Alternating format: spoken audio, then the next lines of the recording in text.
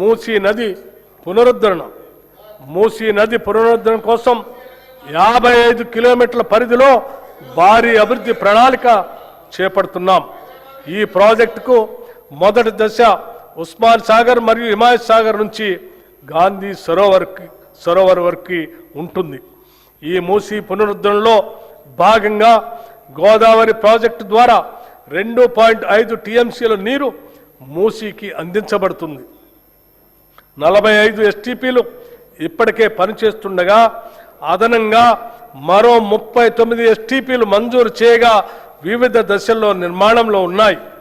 EC మరియు మూసీ నదుల సంగమ ప్రదేశంలో ప్రభుత్వం ప్రతిష్టాత్మక గాంధీ సరోవర్ ప్రాజెక్టుని అభివృద్ధి చేస్తుంది.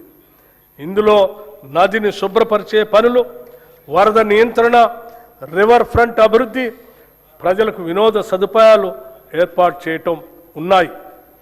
మూసీ నది బఫర్ జోన్లో ఉన్న ప్రజలకి ఎటువంటి ఇబ్బంది లేకుండా మానవీయ కోణంలో వారికి పునరావాసం కల్పిస్తాం.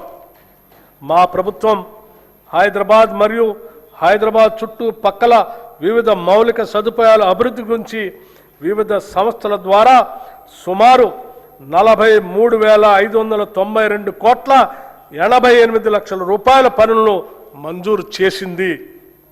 వాటిలో ఇప్పటికే 24,752 కోట్ల రూపాయల పనులు ప్రారంభమయ్యాయి. మిగిలిన త్వరలో చేపడతాం. ఈ బడ్జెట్లో పురపాలక మరియు పట్టణాభివృద్ధి శాఖకు 17,907 కోట్ల రూపాయలు ప్రతిపాదిస్తున్నాం. శాంతి భద్రతల పరిరక్షణ. రాష్ట్రంలో శాంతి భద్రతల పరిరక్షణ ప్రభుత్వం అత్యంత ప్రాధాన్యతనిస్తుంది.